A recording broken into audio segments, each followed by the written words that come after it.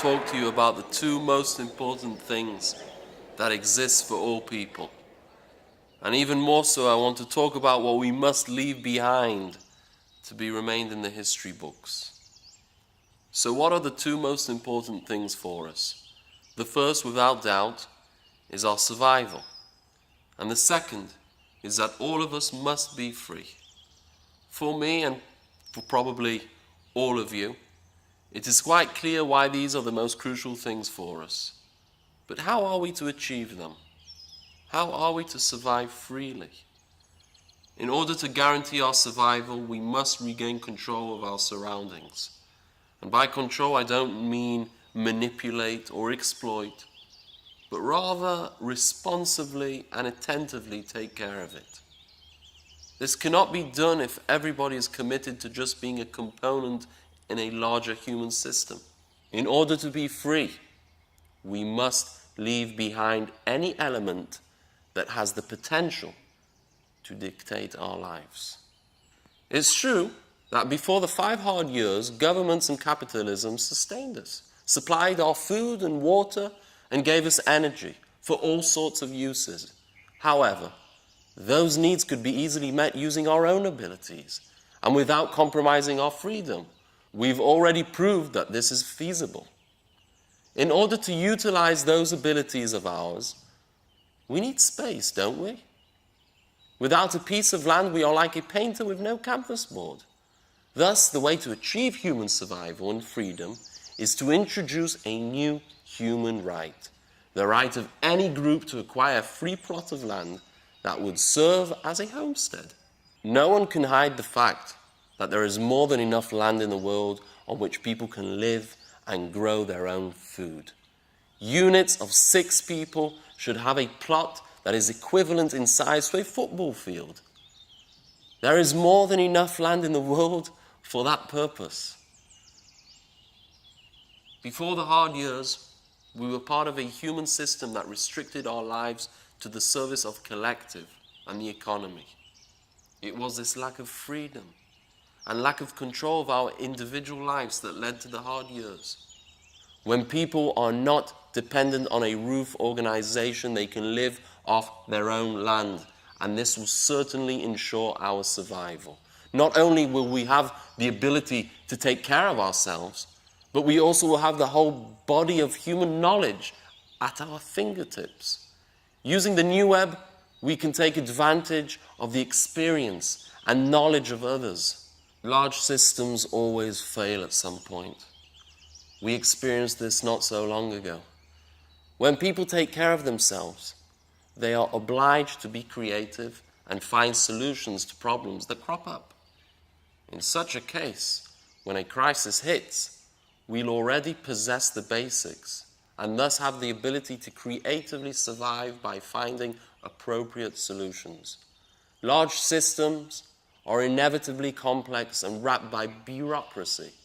And with the ever-changing situation, large systems, due to their inherent nature, cannot provide effective and timely solutions. If our lives are dependent on huge entities like the government or national economy, we are not free. Only when people tend for themselves, for their basic needs, can real freedom be achieved. For some of you, what I'm saying might still sound extreme and undoable. Some of you still want the big system to provide you with everything you need. But do remember, such a system demands all your time and money in return. Some of you are still not able to contend with the challenges of life and will quickly return to serve the collective needs. Now for you, who still want to remain in the hands of a big system, use the full capacity of your imagination and try to picture a different reality. Picture a life where you are dependent only on yourself. You and your partner have a piece of land in which you grow your own food and collect your own water, provide your own energy, and dispose of your own waste. You have a house that you built and a wonderful garden with trees and shrubs and flowers. When you or your partner works for the collective, it is you who chooses your working career. And this ensures that there are no restraints or requirements on your lifestyle. This is because you always have your own place to which you can return whenever you want. You and your partner can take long vacations from the collective for as long as you like. You and your partner have the tools to respond to challenges when they materialize. This is the freedom I'm speaking of. Survival and freedom do not appear out of the blue. We need to build them and maintain them. Now, let's talk about the things we should consider leaving behind. Mr. Edward Black, for whom I have tremendous respect, mentioned in one of his speeches that we will build this new life on the principles of freedom and equality for all citizens of Earth. Freedom is a must. We all know that. But what kind of freedom are we trying to achieve if equality is still a sought-after goal? Equality often seems to be subordinate in a nature to us, and we tend to forget that it carries a price tag. How do we achieve equality? How is equality born in the first place? If I'm free and able to supply my own needs, why do I need to be equal? It is when freedom is lacking that equality is born. To demand equality, we must have a leadership from whom we can demand it. The same leadership that inevitably takes our freedom from us. This aspiration to achieve equality actually perpetuates the aspiration to be dependent on a big system. Equality was never really achieved in human history. Only the yearning for it was. And this yearning is an inherent aspiration that we have to stay dependent on the system and to constantly demand that someone take care of our needs, to see that we are properly supplied, that our rights are maintained relative to those of our neighbors. That is why I urge you to leave this concept in the history books and to replace it with freedom, real freedom. Now let's talk about capital. Don't get me wrong, I'm not against money. I think money is a great tool in the implementation of social progress. I see it as an excellent communication tool between people and the collective. However, using money as a means of communication and being totally dependent on money for every aspect of our lives are two totally different things. People whose lives are autonomous and utilize their own power to fend for themselves have absolutely no reason to be dependent on capital. They can use it, yes. They can enjoy it, yes. But their basic needs are totally independent of capital. Capital indeed helped to bring our society to its peak. We've managed to solve so many of our problems and conflicts as we progressed over the years. But this very same capital is the one thing that brought us to the brink of total collapse. Capital enabled a very small number of people to acquire an unproportional amount of power over the rest of humanity. Capital enslaved the majority of the human race and made people spend all of their time trying to acquire an ever-increasing amount. The obligation to earn money and the necessity to spend it was once called freedom. But is this the freedom we are seeking here on our planet? Capital crippled both us and our surroundings. By making capital our main priority, we have enslaved not only ourselves, but almost every species and every piece of land. The 5 hard years should be our reminder to put freedom and survival as our first priority. Again, some of you may still find this idea frightening. Some of you might think, how can one live without healthcare, infrastructures, transportation, all of which capital helped to create? How can we live without the huge system that has taken care of us for so long? Well, we are here, aren't we? The big system collapsed, and we remain standing. Aren't we alive? Do we need someone to force us to rebuild healthcare, infrastructures, transportation? Do we really need capital in order to maintain a healthy collective based on the will of its members. Before the hard years, we managed to create a free, creative, capitalistic method of thinking, a free market, but people weren't free at all. Any capitalistic concept that came up, whether it was good for people or not, whether twisted or beneficial, was regarded as a good idea because it served the highest purpose. Logic dictates that when you find a major cause of illness, you try to eliminate it. May I remind you that health threats like tobacco, fossil fertilizers, pesticides, livestock raising, and internal combustion engines were not dealt with. Why?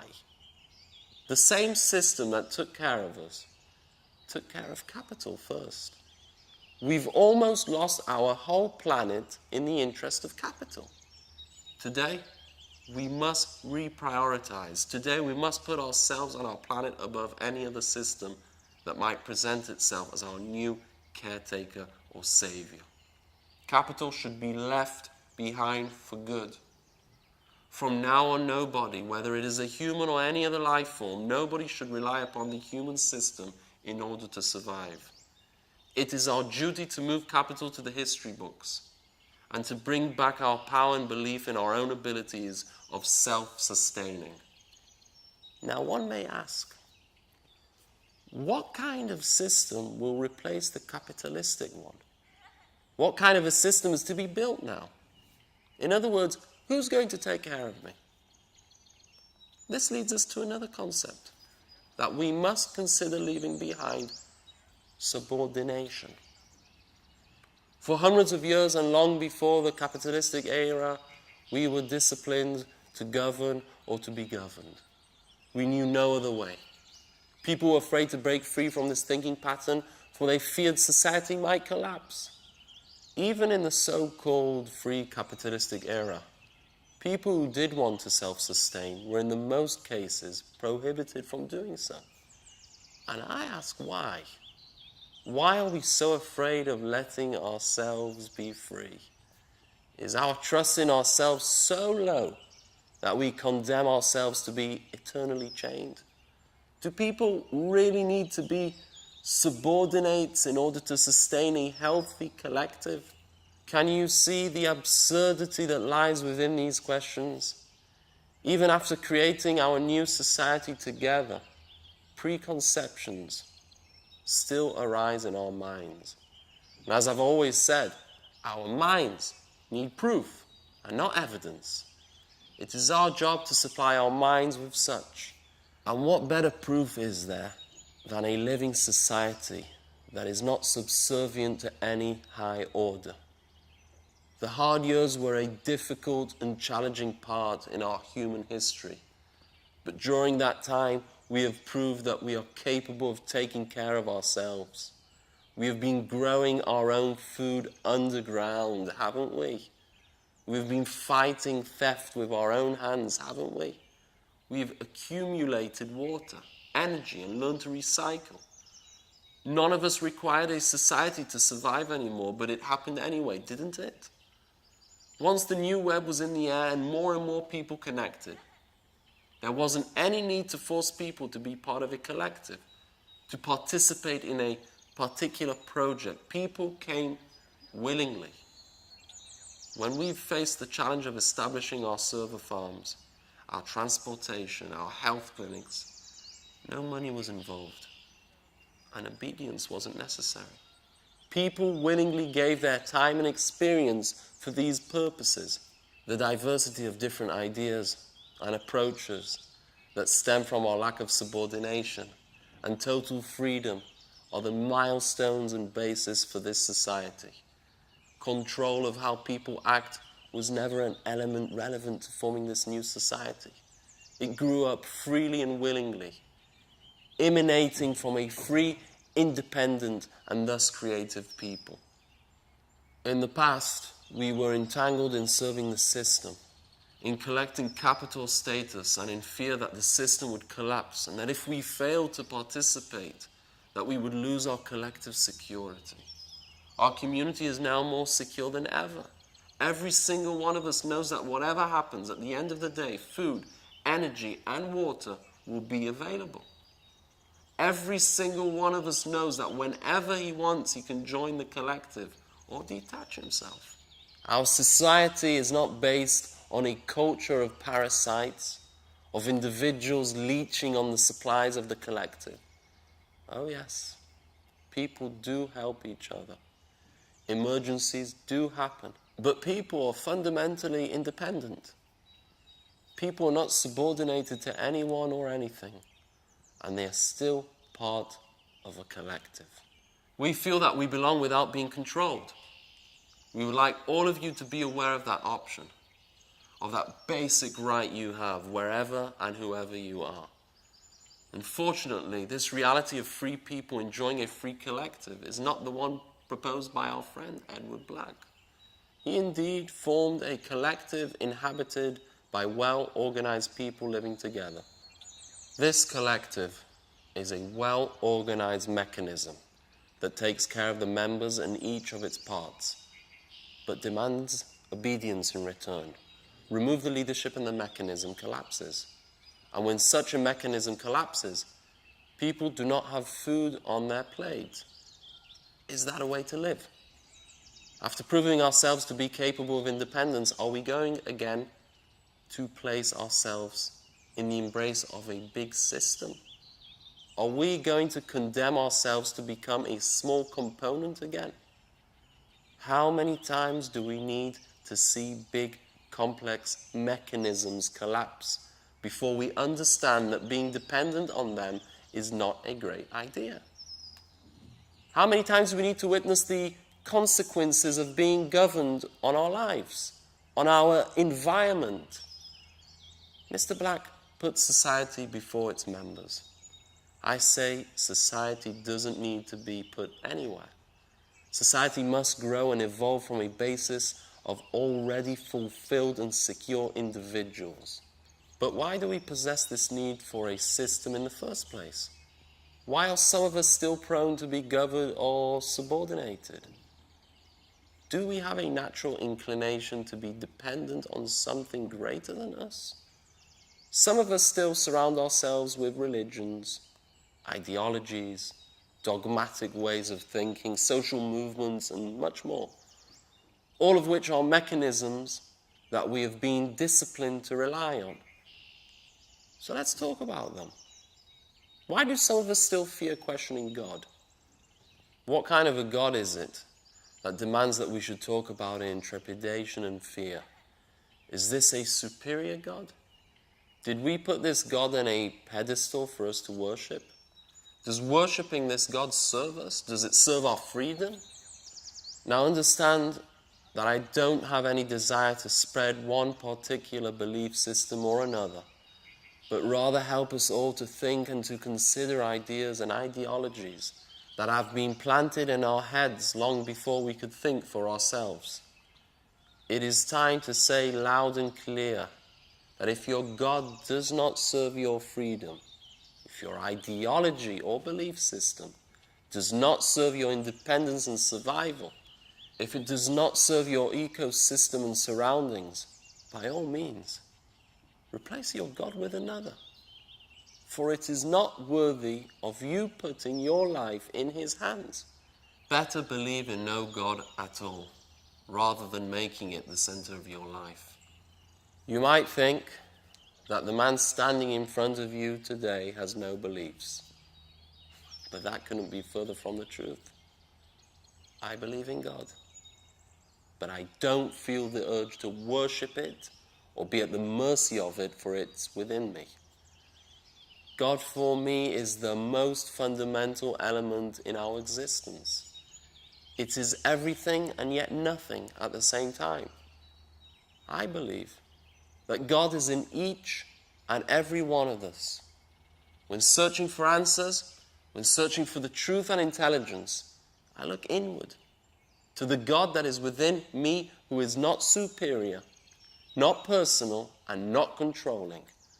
Making God personal, making him a figure, is relinquishing our power and ignoring our responsibility towards ourselves and our planet. You don't have to believe in my God. but choose a God that doesn't control or manipulate you. Choose a God that benefits your freedom. Choose an ever-changing God that allows your mind to be open to all kinds of possibilities, to creativity and diversity. Choose a God that respects different kinds of thinking and approaches. When we choose to believe in a personal God, we choose to also believe in this God's wishes and agendas. When God's wishes and demands are unclear, we put ourselves in the hands of God's interpreters, who have their own personal wishes and agendas. When they are not around, we then rely upon their holy scriptures, writings that we don't dare to dispute, for their source is God's will. Can you see the pattern in which we have lived for so many years? Believing in a personal God is the mother of all manipulations and the greatest system ever created to keep people in an inferior position. This is exactly how ideologies are created. This is how we fix ourselves to think and believe that an idea, a thought, is the ultimate truth. During my campaign, there was non-stop chatter about right or wrong, about morality, about good or bad ways to live. Some of these discourses have even turned into quarrels, and in some cases became very violent. Can you see the dysfunction of believing in one idea over another, in holding on to an opinion? Let me ask you this, do we really need to agree? Do we really need to decide what's right and what's wrong? Can we live our lives while accepting different lifestyles and different approaches to truth? And lastly, can we respect ourselves, being different from one another in our wishes, in our abilities, in our beliefs? You see, the concept of equality is necessary only when we are dependent on the system. To keep us organized and disciplined, everyone must be subordinated to the same agenda. Otherwise, the mechanism cannot work. But when a society is composed of autonomous people, each family living on their own lot of land, we do not need this kind of manipulation. This sort of agenda cannot apply to free people. Everybody has the right to own a piece of land and live pretty much however they want. You may still choose to base your life on communities such as the one Edward Black has established. But if you base your life on a community, you must accept the rules by which it functions. In these kind of societies, you will be taken care of. But you'll have to fulfill a very specific role in order for the mechanism to work and for you to survive. In these kind of societies, you'll become completely dependent on elements that you have absolutely no control over, such as the leadership's policies and actions, economic and other variables. These are elements which we've shown to be very unstable and out of our sync when it comes to freedom and our own survival. Such community-dependent living simply does not make any sense. In our new reality, where everyone is autonomous, the weight shifts from leadership's rules and regulations to the responsible action of individuals. But big questions remain. How do we create a project like healthcare or transportation without complex rules and regulations? How do we ensure that people are not harming their neighbors or the environment? People have a great desire to work. People want to be active, and not only on their own piece of land. Different individuals have different passions and different fields of interests. The job of the leadership which I now represent is to help those different passions manifest their positive capabilities. My mission here is to see those fields of interest come to life in the human collective. Now we may ask, what about the jobs that no one wants to do? Before the hard years, people's motivation to participate in jobs they dislike was money. and money meant survival for them. What will their motivation for those activities be today? Money, of course, will still be present in our society, but more as a tool of communication for exchanging goods and services. In a free society where everybody is dependent only on themselves, a different kind of motivation materializes. The goal of this motivation is to be involved, help, and support the collective. And then again, the question may rise, what will awaken this motivation? Is it truly in our nature to want to help? So for you skeptics, I have a few questions. Don't we deserve the chance to find out our true nature? You see, these questions about human inclinations and capabilities stem from fear. Fear that we might fail. Fear that we are incapable of taking care of ourselves. Fear that once we are released from our leash, chaos will reign. Is that indeed the case? Now, some of us may want to work more than others. Some people get huge gratification from helping others while others need more help. Some have the urge to initiate projects and someone to spend the whole time with their family. Remove judgment, remove fear. Transcend the concept of equality, and a new collective will be established freely and naturally. There are two ways to do things collectively in our new reality.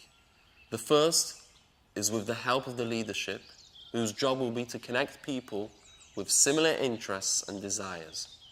The second way is for people themselves to organize for mutual goals. If one wants to start a new project, he'll have to communicate and convince other people to work with him on this project. In this reality, the members decide and carry out their decisions. We govern ourselves, and this is more powerful than any administration. In the rare cases where we as a collective must communicate and decide in regard to very large projects, we would use the new web to decide democratically. And how about criminal acts? What are we to do about people that still pollute our planet and have yet to understand the necessity of coexisting with nature? How are we to deal with people that harm others?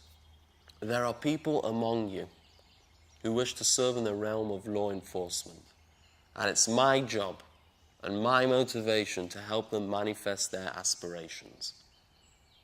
The same holds for other professions, physicians, mechanics, and so on. Can you imagine the strength and integrity of a worker when he actualizes his intrinsic wishes, when his job actually satisfies him? Such a reality couldn't possibly have existed before the hard years. Rules were too complex, and money governed our life. People exploited any opportunity to get money, even if it compromised our environment and people's health. One may ask if we can coexist with money as free people. But here's the thing. We were never really free, and our dependence on money, society, and administration was only a symptom of that fact. We are not going to eliminate money or any other tools of communication, but rather give freedom and real independence a fair chance. When we do that, money will be naturally positioned in a healthier, saner, and more beneficial place in our lives. When we know that we can take care of ourselves, no matter what, money cannot hold us prisoners any longer. This new kind of life requires us to let go of our hold on nationality. There can be no artificial separations between us and a truly free collective. Our world must be connected. There should no longer be us and them, but rather only us. Countries and different nationalities were the products of a process of evolution, and our aim should be a united world. This is the true power of mankind, our ability to communicate and cooperate together. Why should we ever put up separation barriers? Lastly, I want to talk to you about morality. Some of you may agree or disagree with my ideas. It is correct and natural for us to have different perspectives and different ways of looking at reality. This is the way we've evolved. And this is what we have to share with the world. Now, I ask you to listen very carefully, not to what I'm saying, but to your inner voice. The same voice that agrees or disagrees with my talk. The same voice that is speaking in your own minds. Listen to it. Don't ignore that voice, but rather be extremely aware of what is going on inside you. This is where you find morality. Independence is not only in your doing, but in your thinking as well. So I urge you to not let me or any other voice dictate morals to you. Be willing to be attentive enough to listen to your own sense, to your own heart. When we let ourselves be dragged by other people's thoughts or agendas, we are giving our power away, and thus our independence. For me, survival and freedom are the most important aspects of living here on earth. Be centered and brave enough to listen to your own truth, and by all means, act on it. Thank you. Thank you.